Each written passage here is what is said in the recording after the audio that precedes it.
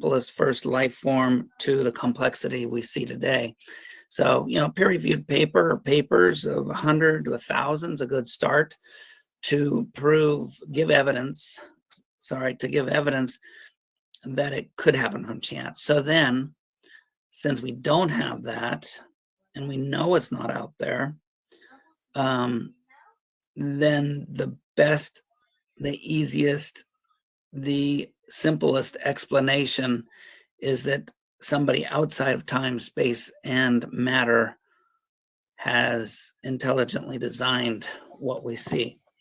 And with that day, and so there's so many with the resurrection theme today that we will want to show you a couple just totally insane bugs. This one is cool. It is, of course, the caterpillar.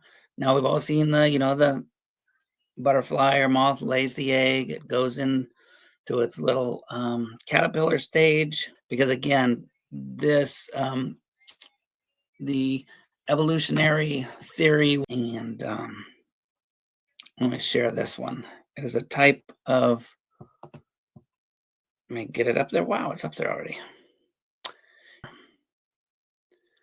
That's the wrong one. Let's get back to there. Get him. Come on. Where'd you go? There we go. Let's start that one.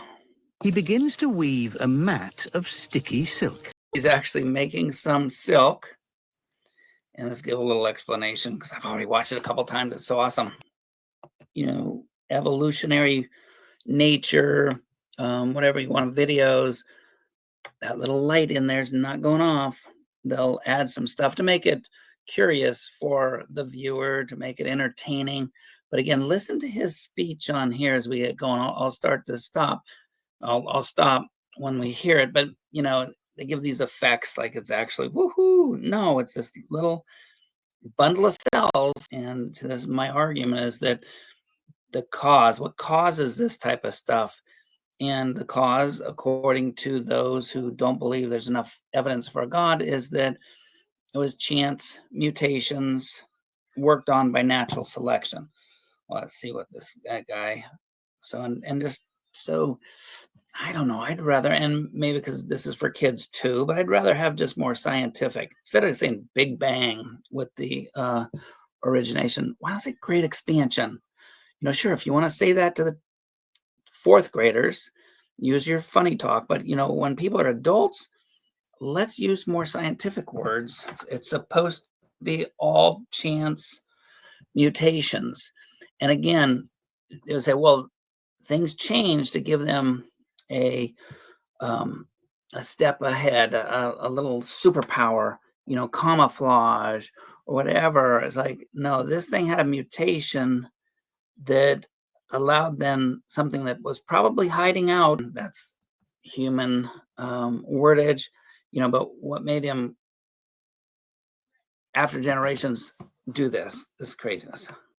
Okay, so it's impersonating something, what obviously looks like a snake, pretty cool, but he's impersonating something that drives fear into a predator. So you're saying that this little insect had the creative intelligence, the power to change? No, it would change by chance. But then in his little brain, he knew. Where are we going here?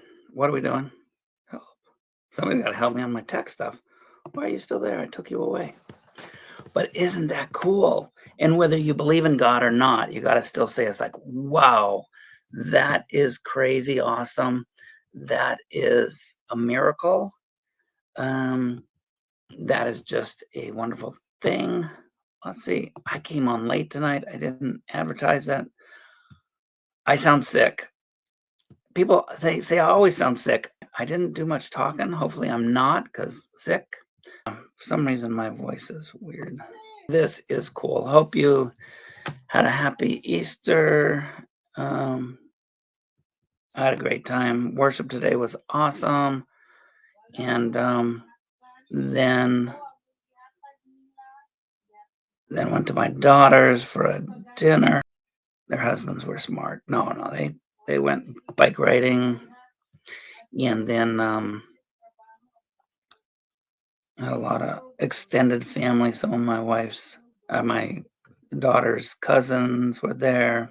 Because I got one more insanely cool, and this one on, of course, somebody, and this is my thing, something that gets resurrected.